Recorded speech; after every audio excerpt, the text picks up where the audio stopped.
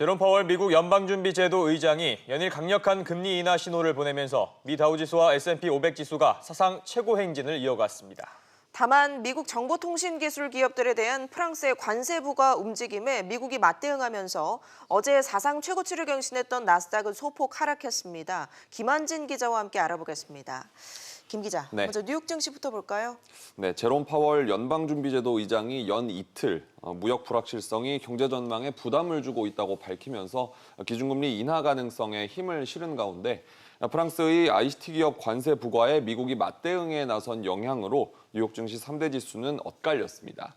다우지수는 사상 최고치를 경신했는데요. 장중 27,000선을 돌파한 다우지수는 어제보다 0.85% 오른 27,088.08로 마감했습니다. S&P 500 지수도 0.23% 오르면서 장을 마쳤는데요. 3,000선에 바짝 다가서며 역시 사상 최고를 기록했습니다. 다만 어제 사상 최고를 기록했던 나스닥 지수는 0.08% 내렸습니다. 다우지수는 지난해 1월 26,000고지에 올라섰지만 채권금리 상승과 글로벌 무역 갈등 등이 겹친 영향에 롤러코스터 장세를 보여왔는데요.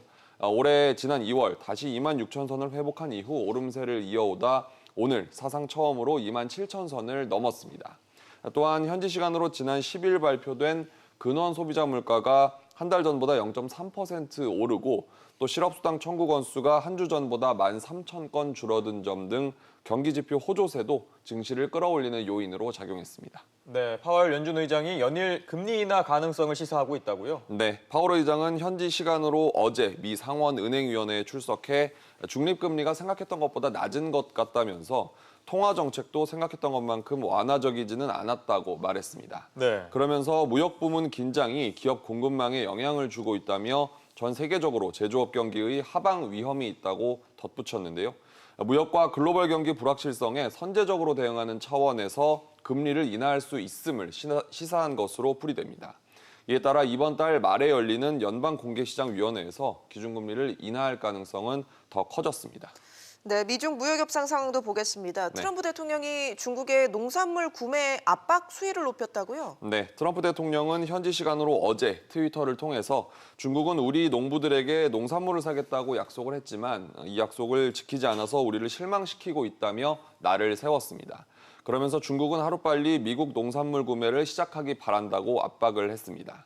지난달 말 일본 오사카에서 열린 미중 정상회담 직후 미국은 중국에 대한 추가 관세 부과를 유예하기로 한 대신 중국이 미국 농산물을 즉각 대량 구매할 것이라고 발표한 바 있는데요. 이와 관련해 지난 10일 경상 중국 외교부 대변인은 양국 간 논의가 필요한 문제라고 말하는 등 중국은 다소 느긋한 모습입니다.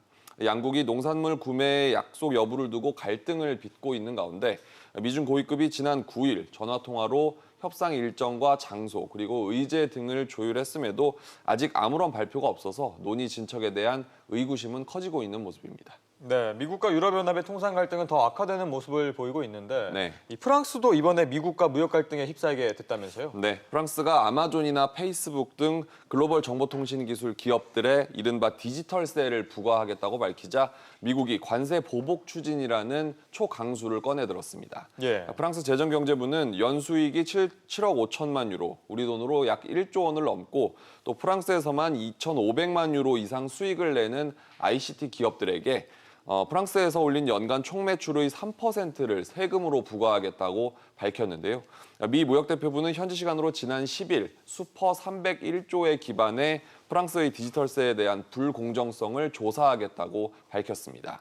슈퍼 301조는 교역 상대국의 불공정한 무역제도나 관행에 미 정부가 조사를 벌여서 관세 부과 등 보복 조치를 할 수 있도록 하는 조항인데요. 영국 파이낸셜 타임스는 한 소식통을 인용해서 트럼프 대통령이 이번 프랑스의 움직임에 분노했다며 프랑스 세금 부과를 미국 산업에 대한 직접적인 공격으로 받아들였다고 보도를 하기도 했습니다. 미국의 이번 조사 착수는 디지털세 도입을 검토하는 다른 유럽 국가들에 대한 경고라는 해석도 있습니다. 네, 알겠습니다. 김 기자 얘기 잘 들었습니다.